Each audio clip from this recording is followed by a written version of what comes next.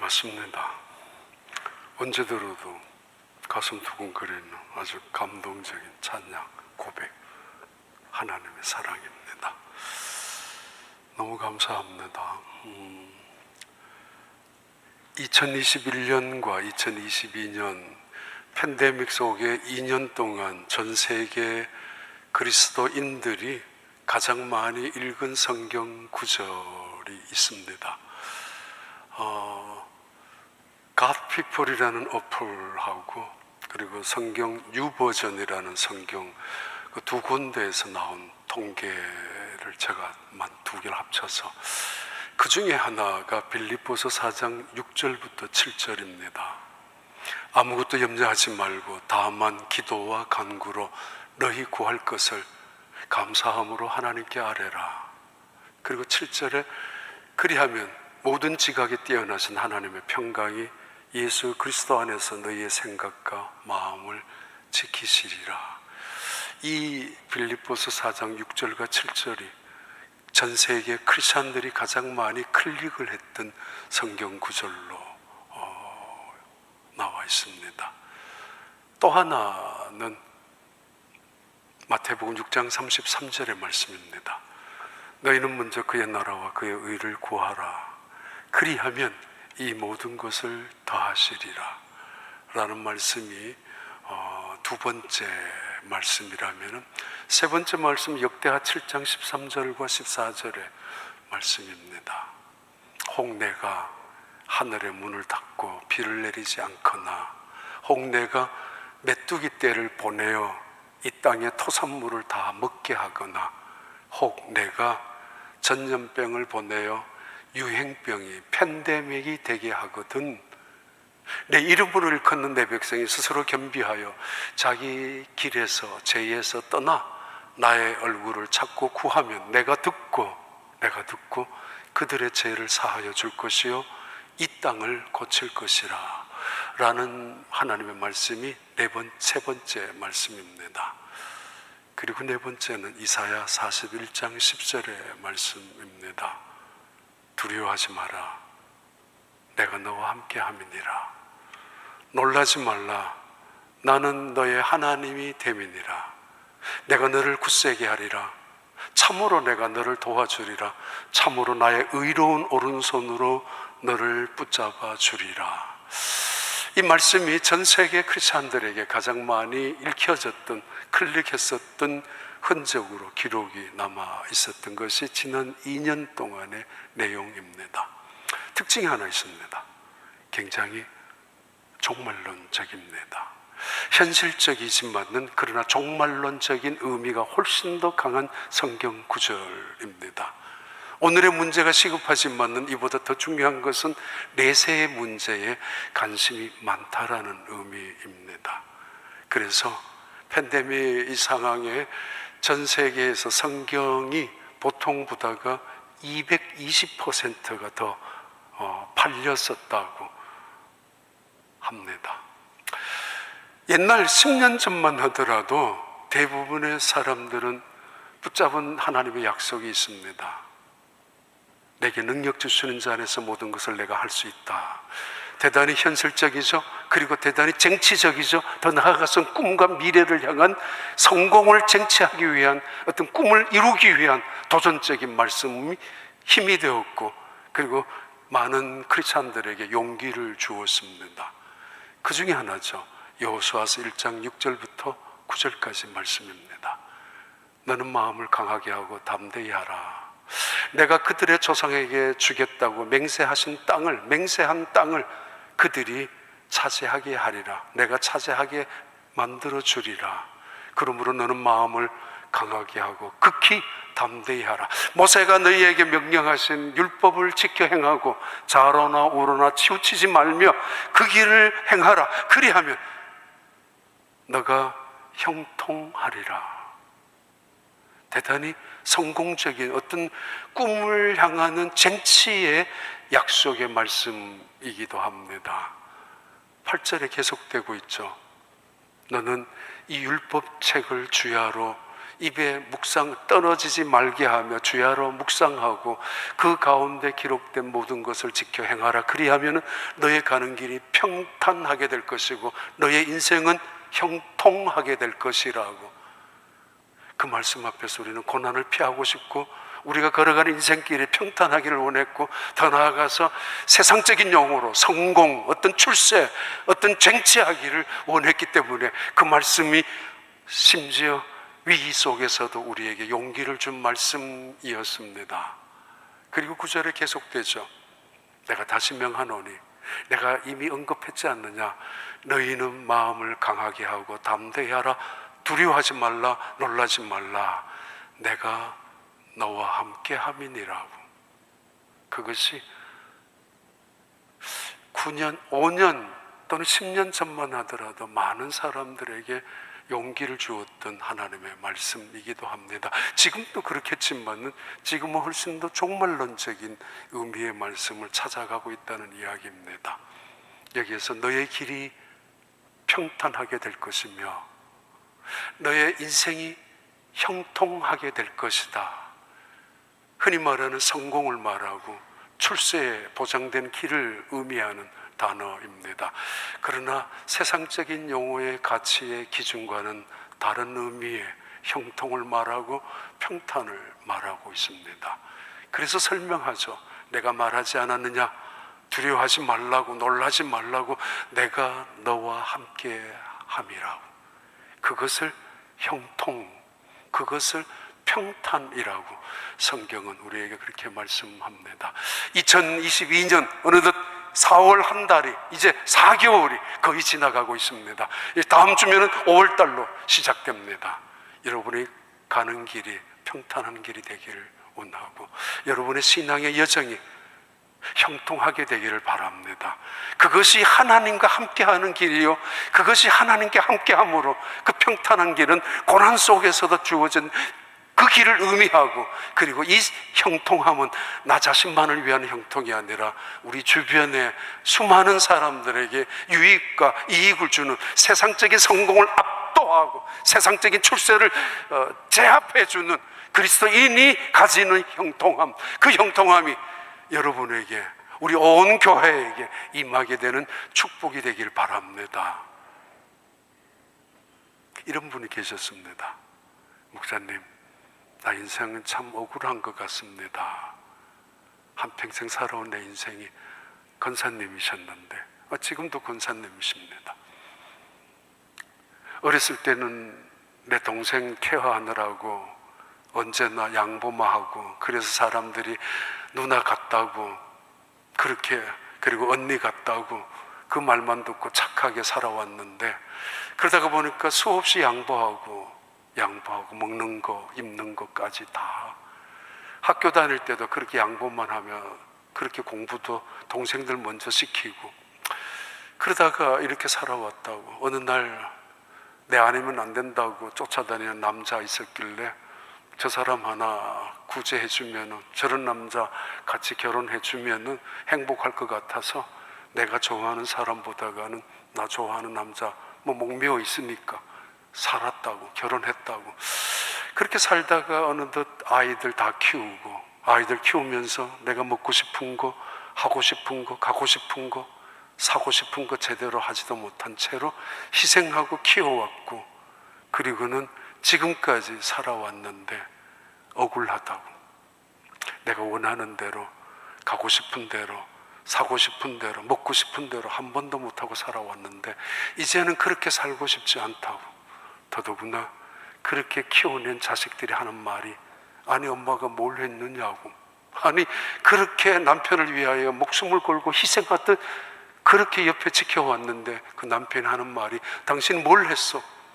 돈은 내가 벌어다 주었는데 뭘 했느냐고. 그래서 이제는 이혼이라도 하고, 이제는 내가 하고 싶은 일 하고 가고 싶은 데 가고 마음껏 내 돈 이거 뭐 하느냐고. 그래도 내가 벌은 돈도 있으니까 쓰고 싶고 그렇게 살고 싶다고. 나 이때까지 살아온 인생이 억울하다고. 그런 사람도 있습니다. 그러면서 어떤 사람은 이런 사람도 있죠. 저 인간은요 하고 싶은 거 다 하고 살았어요. 저 사람은요, 원하는 대로 살았어요. 인생 가고 싶은 대로 사고 싶은 거 다 먹고 살았고 가고 살았고 그렇게 살았다고, 원이 없어 살았다고, 그렇게 살다가 죽어갔다고. 부러운 듯이 그렇게 말하기도 하고 아니면 불쌍하듯이 그렇게 말하기도 합니다. 어떤 사람은 중학교 때부터 책상 앞에 써붙였다고 그랬죠. 나의 미래는 대통령이다. 그래서 그 길을 쫓아가고 그 길을 위하여 계획하고 준비하고 노력하다가 어떤 분들은 그런 자리에 성공할 수도 있습니다. 리액티브 라이프 스타일과 프로액티브 라이프 스타일을 두 가지로 나눌 수 있습니다. 야곱의 인생은 프로액티브 라이프 스타일입니다.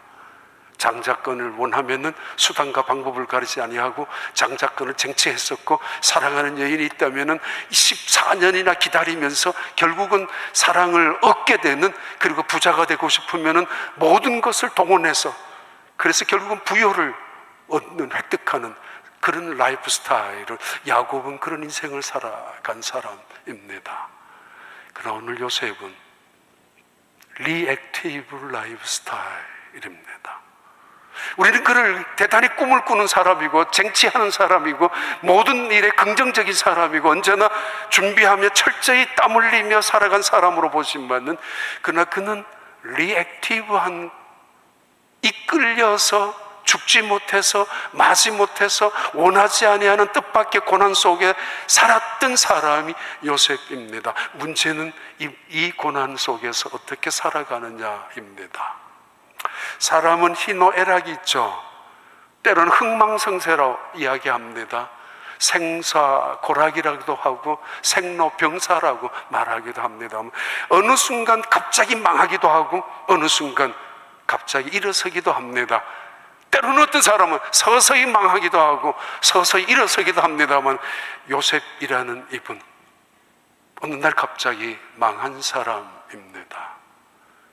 세상에도 갑자기 망한 사람 또는 서서히 망한 사람들, 어느 날 다시 일어서서 성공 신화의 이야기를, 다시 출세한 이야기를, 반전 드라마 같은 그런 이야기를 요즘 유튜브에 보면 수없이 많은 사람들이 강좌 강의하고 있고, 또는 많은 청중들 앞에서 그 이야기를 신화처럼 떠들고 있습니다. 나는 이렇게 일어났고, 난 이렇게 성공했고, 난 이렇게 밑바닥에서 다시 성공하는 자리에 올라섰다고.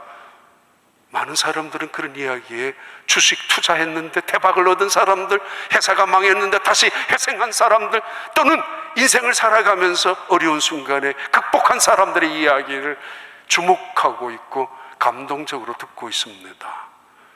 요셉은 그런 이야기가 아닙니다.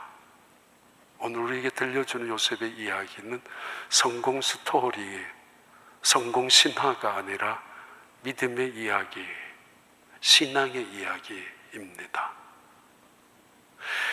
창세기 39장 1절부터 볼까요? 요셉이 이끌려 애굽에 내려가매 바로의 신하 친위대장 애굽 사람 보디발이 그를 그리로 데려간 이스마엘 사람의 손에서 요셉을 사니라. 바로 등장하는 첫 번째 단어가 그는 이끌렸다고 하죠. 본인이 원해서 애굽 땅에 유학 오고 부자 되기 위하여, 자식들을 위하여 자원하고 선택하고 결정해서 미국까지 온 것이 아니라 때로는 이끌려오죠. 죽지 못해서 할 수 없이 끌려오다시피 밀려오다시피 하죠. 그런 인생 속에서 어떻게 살아갈 것인가, 그게 주제입니다. 봐요. 그 다음에 4절과 6절에 요셉이 그의 주인에게 은혜를 입어 섬김에 그가 요셉을 가정 총무로 삼고 자기의 소유를 다 그의 손에 위탁하니, 주인이 그의 소유를 다 요셉의 손에 위탁하고 자기가 먹는 음식 외에는 간섭하지 아니하였더라. 요셉은 용모가 빼어나고 아름다웠더라. 요셉, 그는 어느 날 가나안 땅의 아브라함의, 아니 야곱의 아들로서 가장 사랑받는 아들이었죠. 그 당시에 대단한 옷을 입고 있는, 채색 옷을 입고 있는 정도로 아버지에겐 귀여움을 독차지하고 있는 아들이었습니다. 근데 어느 날 그는 아버지의 심부름을 가기 위해서 도시락을 들고 형들이 있는 곳으로 떠나갔지만은 물어물어 찾아가서 형들에게 만나서 음식을 전달해 주었지만은 형들은 뜻하지 않게 이 요셉을 노예로 팔고 말았습니다. 죽이려고 생각했었지만은 미디안 상인의 손에 팔았습니다. 한순간에 끝자락으로 나락으로 떨어지고 말았습니다. 사랑받던 자리에서 가장 저주받는 자리, 노예로, 존경받는 자리에서 멸시와 수치를 당하는 자리로 한순간에 날개도 없이 추락해버린 한 인간의 모습을 바라봅니다. 그리고 그 요셉은 형들의 손에 팔려서 미디안 상인의 손으로 팔렸고, 미디안 손에 이끌려서 애국까지 이끌려 리액티브 반응이죠. 문제가 터졌습니다. 그리고 어떤 사건이 터졌습니다. 이 문제를 해결하기 위하여 세상은 급급하고 이 문제를 다른 방법으로 이겨나가려고 노력을 하는 것이 세상이지만은, 그러나 그런 방법으로 하지 아니한 요셉의 태도를, 아니 그 요셉의 사건 속에서 무엇인가가 아주 긴밀하게 역사하고 있는 것을 볼 수 있습니다. 미디안 상인의 손에 노예로 끌려오게 된, 애국까지 끌려온 요셉. 요셉이 보디발 장군 집에 종으로 팔려갑니다. 요셉이라는 한 가나안 땅에 목축업을 하고 있는 초라한 아이, 소년입니다. 그런데 그 당시에 최고의 왕 파라오와 그 왕의 경비대장, 시위대장과 연결이 됩니다. 어떻게 가능합니까? 이끌려온 한 인간의 모습이, 노예로 팔려온 한 인간이 어떻게 보디발 장군이라는 그 집으로 들어갈 수가 있습니까? 손과 손의 이야기는 하나님의 손과 연결됩니다. 히브리어로 이것을 야드라고 부르거든요. 야드라는 말은 힘을 말하고 능력을 말하고 구원을 상징할 때 팔 힘을 말하, 그 야드를 말하는데, 또 다른 의미는 야드라는 이 손 속에는 길 의미가 있습니다. 인도한다, 동행한다, 함께한다 라는 그 의미가 손이라는 의미 속에 포함됩니다. 두려워 마라, 놀라지 마라, 내가 너와 함께함이니라. 나는 너의 하나님이 됨이니라. 내가 너를 도와주리라. 참으로 내가 너를 굳세게 하리라. 나의 의로운 오른손으로. 그 말씀 속에는 내가 힘과 능력을 줄 것이지만 동시에 내가 너를 인도할 거야. 내가 함께함으로, 동행함으로, 그 말씀이 포함되어져 있죠. 보디발이 직접, 그 보디발 장군이 직접 시장에, 노예 시장에 나가서 노예를 선택했는지 아니면 누군가가 사와서 자기 집에 끌고 왔는지는 알 수 없지만은 분명한 거, 이 보디발 장군은 사람 보는 눈이 있는 사람입니다. 수많은 노예들을 팔아도 받고 사도 사기도 했었고, 궁궐란에도 자기가 보고 있는 노예들 또는 신하들 또는 귀족들 집에서 일하는 노예들을 많이 보고 있었습니다. 그는 본능적으로 사람 보는 눈이 있습니다. 직감적으로 그는 사람에 대한 동물적인 감각이 있습니다. 이 사람이 지금 적의를 품고 있는지, 아니면 이 사람이 살기를 품고 있는지, 아니면 나에게 우호적인지, 왕을 지키는 시위대장 정도라면 누가 위험인물인지, 누가 우호적인지 그 정도쯤은 동물적으로 구별할 줄 알아야 합니다. 다시 말해서 요셉을 노예로 보았는데, 샀는데, 끌고 왔는데 보니까 괜찮다라는 말입니다. 요셉 형들에게 팔리고 죽임을 당할 정도 위기까지 갔었고, 그리고 미디안 상인들에 끌려서 애국까지 내려오는 순간에 얼마나 억울했지 않겠습니까?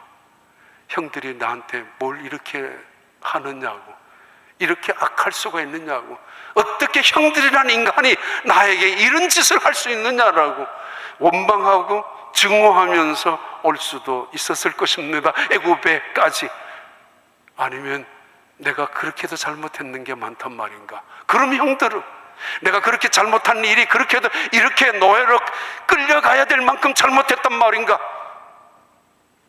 아니면 하나님 어디 계시냐고, 하나님 뭘 하시느냐고. 하나님이 내게 꿈을 보여주셨잖아요. 2번씩이나 반복하면서. 그런 하나님은 지금 내가 이 노예로 끌려가고 있는데 애굽 땅으로 끌려가면 끝이란 말이에요. 어디 언제 어떻게 다시 회복될 수 있다고 누가 장담하겠습니까? 아무도 모르는, 누구도 알 수 없는 그 애굽 땅에 끌려가고 있는 중에, 근데 그는 그런 마음 갖고 있지 않았던가 봅니다. 아니, 어쩌면 이런 상황 속에서 하나님 어디 계세요? 하나님 대답을 해주세요. 하나님 언제까지 참아야 합니까? 어디까지 기다려야 합니까? 하나님 왜 이렇게 해야 합니까? 하나님 앞에 항의해야 되잖아요. 그런데 하나님은 항상 가장 위급하고 다급할 때는 침묵하듯이 보입니다. 내게 가장 소중한, 필요한 외로운 시간에 하나님 멀리 계시는 것 같고, 때로는 나는 하나님으로부터 버림당한 것 같이 느껴질 때가 많습니다. 요셉도 그랬을 거예요. 하나님 대답해달라고, 언제까지 기다리라고 말하면 내가 그렇게 기다리겠다라고. 그러나 하나님은 침묵하시는 것 같이 아무 대답도 없었습니다. 이때 어떻게 살아갈 것인가입니다. 이때 이 나락에서 어떻게 다시 일어설 것인가입니다. 끌려온 인생, 변명하면 끝이 없습니다. 잡혀온 인생, 합리화를 시키면 아무것도 할 수 없습니다. 그러나 눈을 뜨고 보면 할 일이 투성이고, 다시 한번 마음을 열고 시작하면 해야 될 일들이 많이 있는 것을 알게 될 수 있습니다. 내가 뭘 하겠냐고 노예가, 내가 뭘 할 수 있느냐고 끌려온 처지에, 아니죠. 성경은 그렇게 말하고 있습니다. 그는 용모가 단정하고 얼굴이 깨끗하고 핸섬했다고. He was well-being and handsome.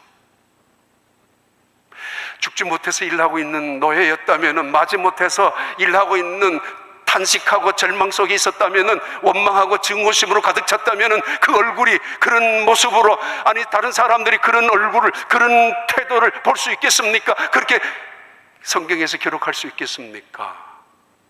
얼굴이란 그 사람의 혼의 꼴이잖아요. 내 혼이 어떤 꼴을 갖고 있는가가 그 얼굴입니다. 그래서 얼굴이라고 하잖아요. 혼의 모양이라고.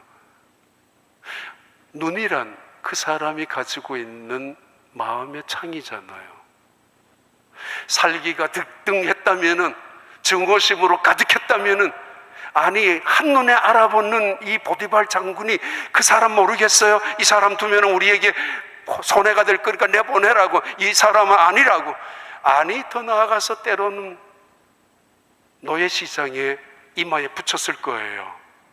나는 여기에 있을 사람 아니에요. 오해하지 마요. 무시하지 마세요. 나는 이런 일 할 사람 아닙니다. 당신들 날 함부로 보지 마세요. 나 가나안 땅에 있었을 때 이런 사람이었어요. 지금도 물어보세요. 우리 아버지 야곱은 대단한 사람입니다. 나는 그 아버지에게 사랑받았던 귀족의 자녀라고요. 내가 이 자리에 있다고 당신들 침 뱉지 말라고, 두고 보라고, 그냥 두지 않겠다라고 얼굴에 쓰여져 있죠. 가게를 가더라도, 직장을 가더라도, 회사를 가더라도 일하는 사람들 나 무시하지 마세요. 그렇게 손님을 대한다면, 나 이런 일 할 사람 아니었어요 한다면 다시 가겠어요? 그 요셉을 썼겠어요? 아니란 말이죠.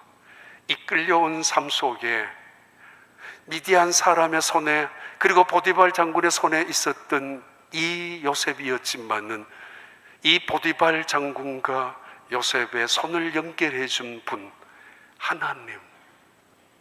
하나님이셨다는 사실을 우리에게 보여주고 있죠. 요셉은 그런 기가 막힌 상황 속에 사실은 단식하더라도, 밤낮 울고 있으더라도, 누가 왜 그렇게 살아가느냐고 말할 수 없을 만큼 그런 비참한 사람이었습니다. 그러나 그는 믿음으로 살아낸 사람입니다.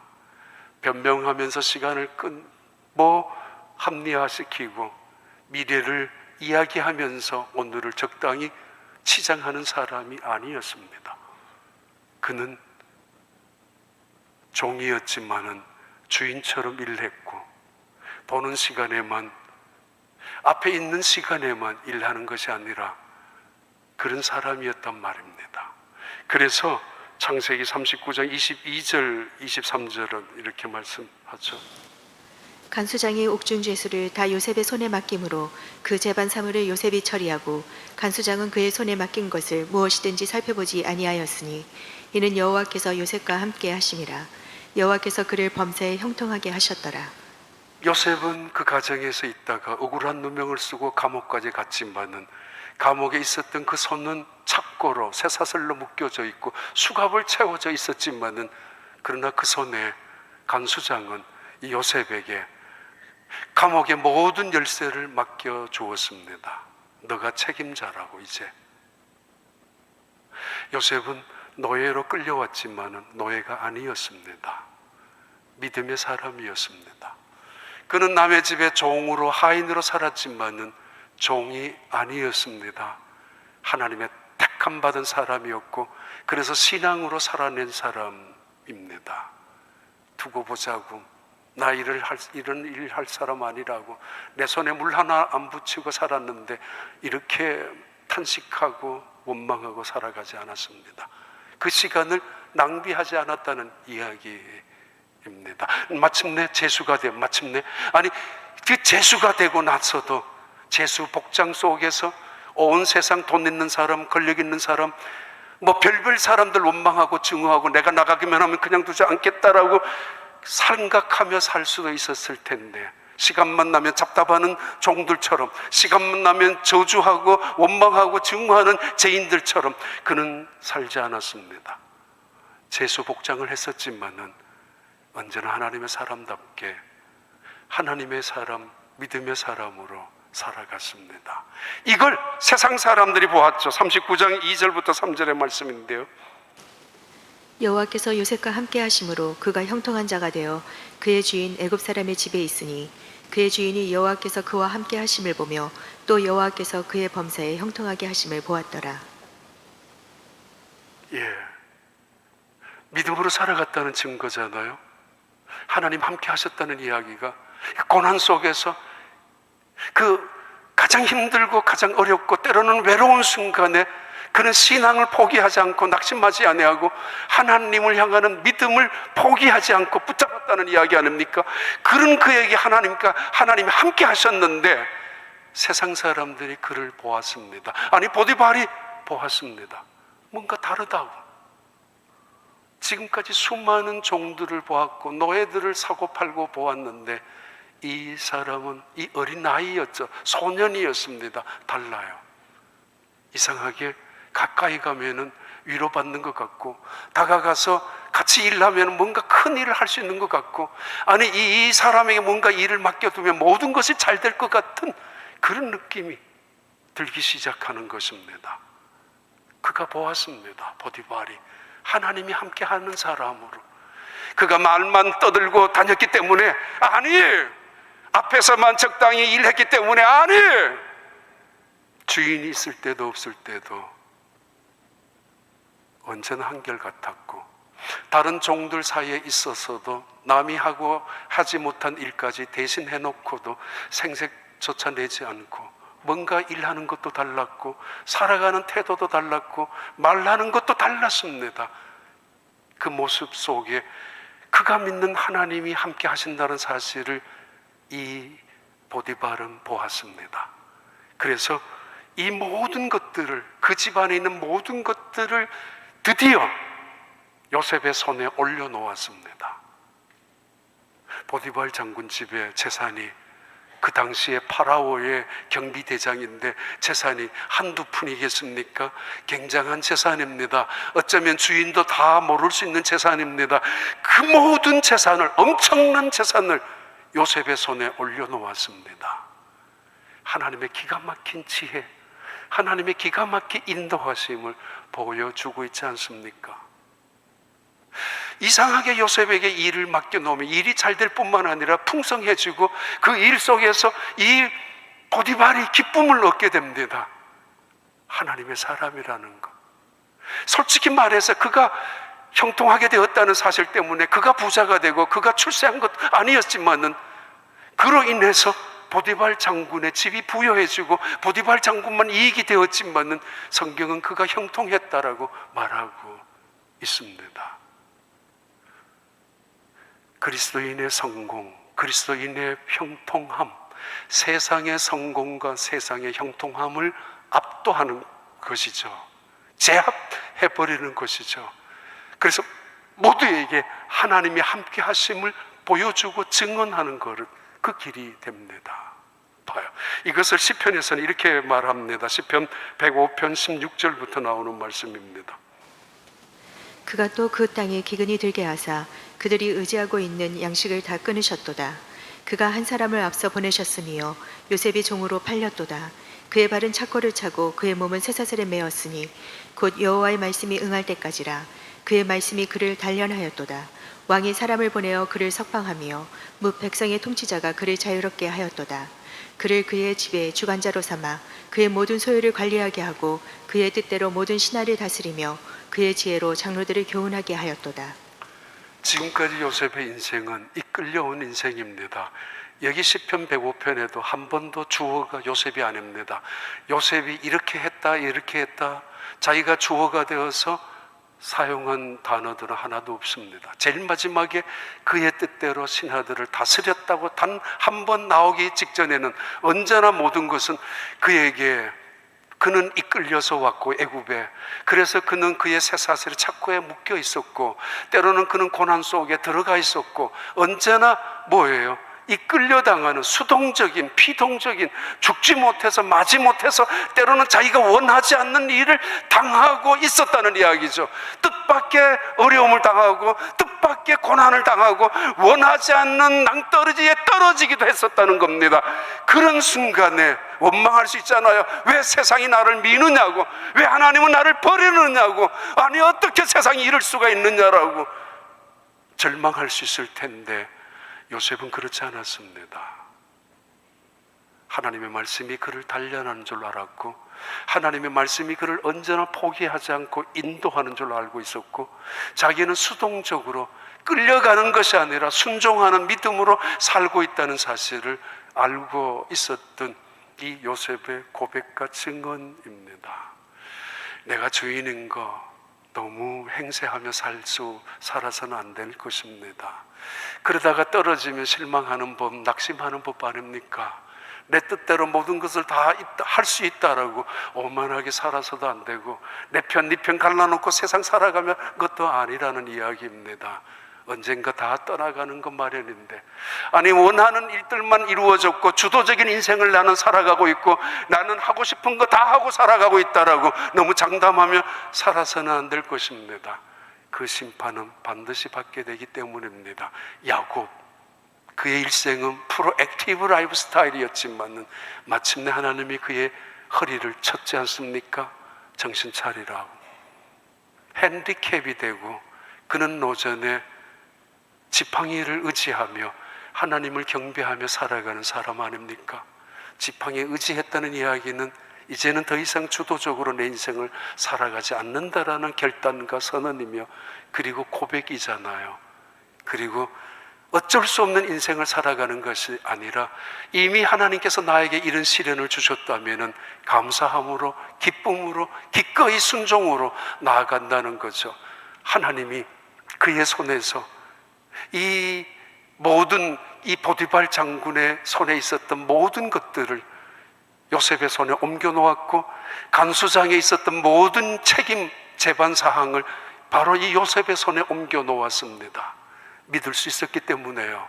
하나님이 함께하는 형통하는 사람이기 때문에 간수장 수많은 채소들 수도 없이 지나가는 채소들 눈앞에서 보았습니다. 돈 슬쩍이 던져주면서 내가 원하는 것 갖다 달라고, 아니면 설적이 허풍치면서 내가 밖에만 나가면 당신 이렇게 출세할 수 있을 거라고, 내가 백이 이런 백도 있다고 날 이렇게 무시하지 말라는 사람 수도 없이 봤을 거예요. 그런데 요셉에게 다 맡겼습니다. 돈 한 푼 없고 백 하나 없고, 그리고 법적으로는 강간 미수범으로 걸렸던 이 남자, 그 남자를 다 맡겨놓았습니다. 간수장이 사람 볼 줄 몰랐을까요? 백부장, 아니 이 시위대장, 이 사람은 훨씬 더 사람 보는 눈 정확합니다. 이 사람에게 일을 맡겨놓으면 어떨 것이고 저 사람을 맡겨놓으면 어떨 것이라는 거 경험으로도 알 것이고 충분히 알았습니다. 주인이란 그런 거 아니에요? 눈을 감고 있어도 다 아는 겁니다. 보는 겁니다. CC 카메라 없이도 다 보는 거예요. 주인이란, 진짜 주인이란 길을 막고 있어도 다 듣는 겁니다. 꼭 도청을 해야 알아듣겠습니까? 만약에 주인이 모른다면, 보지 못한다면, 종들이 하는 일을 알지 못한다면, 듣지도 못하고 있다면 그 집은 망하는 집일 것이고 그 가게도 망하는 것이고 그 회사도 그 국가도 망하게 되는 것입니다. 눈을 감고 있어도 보이는 법이고 막고 있어도 아는 거가 주인의 자격이고 주인의 역할입니다. 그래서 그는 요셉에게 모든 걸 맡겼습니다. 하나님의 마음이죠. 요셉, 그를 형통하다라고, 언제나 하나님이 함께함으로 그를 형통하라 말합니다. 창세기 39장 4절, 20절, 21절, 23절. 요셉이 그의 주인에게 은혜를 입어 섬김에 그가 요셉을 가정 청무로 삼고 자기의 소유를 다 그의 손에 위탁하니 이에 요셉의 주인이 그를 잡아 옥에 가두니 그 옥은 왕의 죄수를 가두는 곳이었더라. 요셉이 옥에 갇혔으나 여호와께서 요셉과 함께 하시고 그에게 인자를 더하사 간수장에게 은혜를 받게 하시매 간수장은 그의 손에 맡긴 것을 무엇이든지 살펴보지 아니하였으니 이는 여호와께서 요셉과 함께 하심이라. 여호와께서 그를 범사에 형통하게 하셨더라. 그는 고난 속에서 형통함을 경험했었고 고난 속에서 하나님의 놀라운 축복을 경험한 사람입니다. 이것을 은혜라고 합니다. 노예의 옷을 찢어버리고 귀족의 옷을 갈아입었을 때가 형통도 아니었고 은혜도 아니었습니다. 제수의 복장을 벗고 국무총리의 옷을, 비단 옷을 입었을 때 나 은혜 받았다고 말하는 것이 아니라 제수로 있었을 때 그는 그것을 은혜라고 고백합니다. 연세 많이 드셔가지고 나 이제 이렇게 살고 싶지 않다고 이혼이라도 하고 내가 가고 싶은 데 가고 하고 싶은 일도 하고 내가 마음껏 지금까지 억울해서 못 살겠다. 내만 희생하고 살아왔는데 누가 나를 인정도 안 해주고 말이야. 그런데 요셉은 억울함을 하소연하는 것이 아니라 그는 그 속에서 하나님의 은혜를 고백하기 시작합니다. 믿음으로 고난 속에서 이겨나갔고 하나님이 함께 하심으로 그래서 세상 사람들이 그를 바라보고 형통케 하는 사람이라고 증언해 주었는 건데 그 이유가 그는 언제나 은혜를 은혜로 여겼기 때문입니다. 우리는 은혜를 하잘것없는 소중하지 않는 것으로 여기고 소중한 그 은혜를 무시할 때가 많잖아요. 오히려 원망할 때가 있잖아요. 그러나 얼마든지 원망할 수 있는 조건 속에서도 그는 그것을 은혜로 받아들였고 감옥 속에서도 아니 그 억울한 누명을 쓰고서도 그는 은혜를 하나님 앞에 받았던 사람으로 고백하고 있지 않습니까? 아니 얼마든지 탄식하기를 시작한다면 세상을 향하여 저주한다면 요셉만큼 당당한 사람 어디에 있어요? 그는 한 번도 잘못을 저지른 적이 없잖아요. 그런데 왜 노예로 이끌려왔고 나중에는 제수로 감옥에까지 끌려 들어가야 했었습니까? 하나님의 손이 인도하시고 계셨죠. 그 감옥에서 또 다른 왕의 신하를 만나게 될 줄 어떻게 알았겠습니까? 이 요셉이라는 시골 소년이 보디발이라는 사람과 연결되는 것, 아니 이 요셉이라는 제수가 왕의 신하, 그것도 대단한 신하들과 연결될 줄 어떻게 알았어요? 감옥에 들어가는 순간만 하더라도 그래서 죽지 못해서 아니 나는 죽었다라고 탄식할 수 있었을 텐데 그는 그러지 않았다는 이야기죠. 제수 복장을 해놓고 있어도 그는 제수처럼 살지 않았다는 이야기고 종처럼 옷을 입혀놓아도 종처럼 살지 않았다는 것이고 그는 하나님의 사람답게 믿음으로 살았다는 것을 의미하는데 그 단어 하나를 은혜라고 고백하고 있지 않습니까? 나는 은혜의 삶을 살아와서 여기까지 있다고.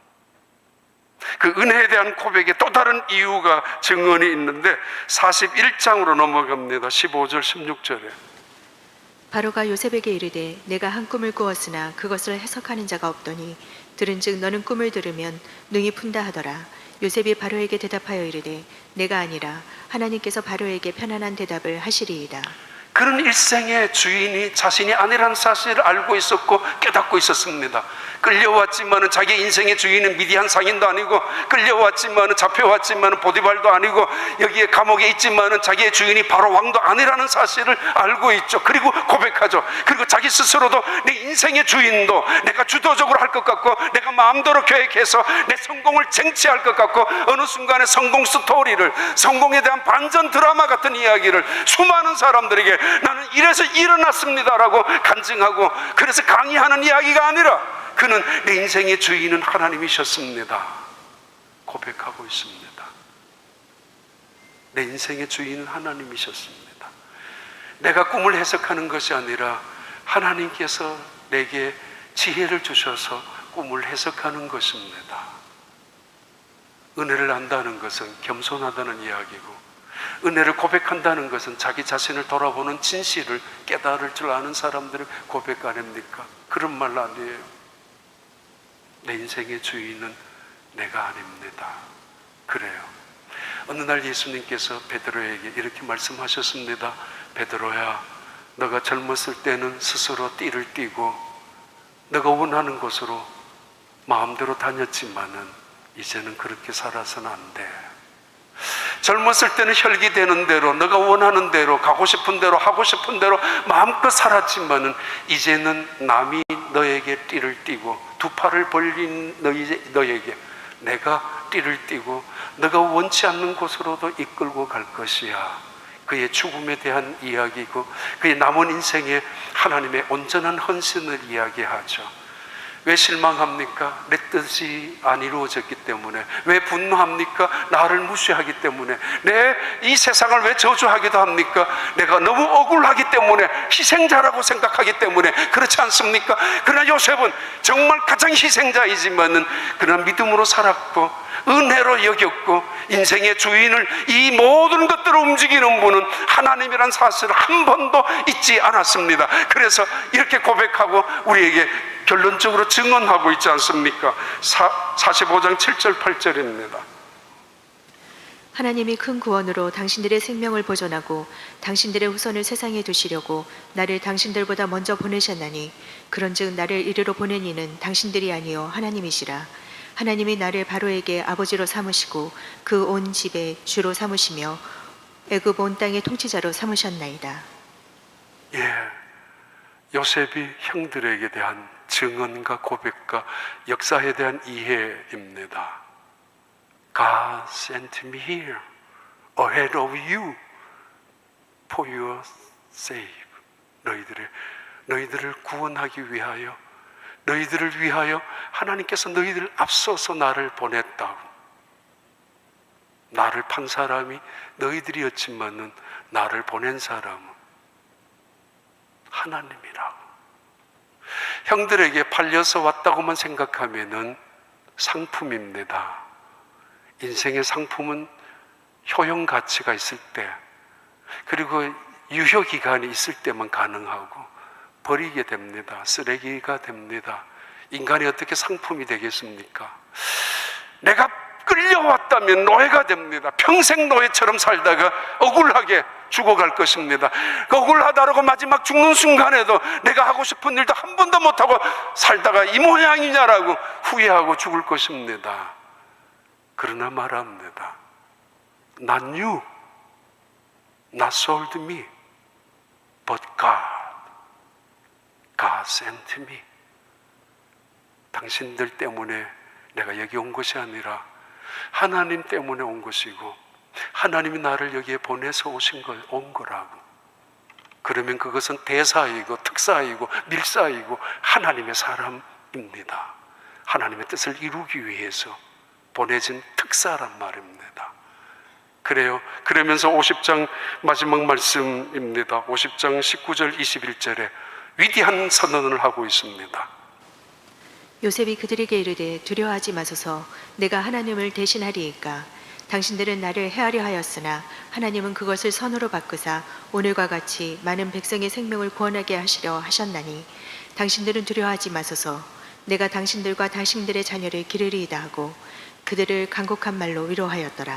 예, 요셉의 형통은 단순한 형통은 아니었습니다. 고난 속에서도 형통이었고 하나님이 함께 하심으로 마침내 총리가 되셔서 놀라운 형통의 스토리를, 성공의 스토리가 아니라 신앙의 간증의 이야기를, 하나님의 이야기를 선언해 주면서도 마지막까지 이렇게 말하죠. 다른 사람을 위로하죠. 그에게 악한 짓을 한 형들을 위로하죠. 그러면서 하나님은 당신들이 나에게 악을 행했지만은 벌은 받아야 될 겁니다. 심판은 하나님이 할 것입니다. 당신들은 나에게 악을 저질렀지만은 하나님은 이 모든 악을 선으로 바꾸시는 분입니다. 우리의 보상은 이 땅만이 아니라 하나님께 있다는 거죠. 그리고 오늘의 모든 주도적인 삶은 하나님의 손에 있다는 거죠. 하나님께서 이 모든 것들을 통해서 일하시는 그분, 선을 이루시라는 분이라는 것입니다. 오늘도 일하시는 하나님, 악을 바꾸어 선으로 일하신 하나님, 모든 것들을 합력하여 선을 기어이 마침내 이루시는 그 하나님, 그 하나님의 선하심, 인자하심, 그 하나님의 지혜와 능력, 그리고 그 하나님의 함께 하심을 믿고 이번 남은 2022년도 여러분의 삶이 평탄한 삶과 아니 형통한 삶이 되시기를 진심으로 축복합니다. 하나님 아버지 감사합니다. 주님의 은혜였습니다. 지금도 은혜입니다. 앞으로도 은혜입니다. 은혜 속에서 살아가기에 감사하고 은혜 속에 살아가기에 모든 것들을 신뢰하고 소망을 갖고 있습니다. 하나님의 말씀은 성취될 것이고 하나님은 능력과 사랑이 있는 분이라는 사실을 믿기에 고난 속에서도 오히려 하나님을 바라보며 이겨나가는 우리 모든 성도들 되게 하여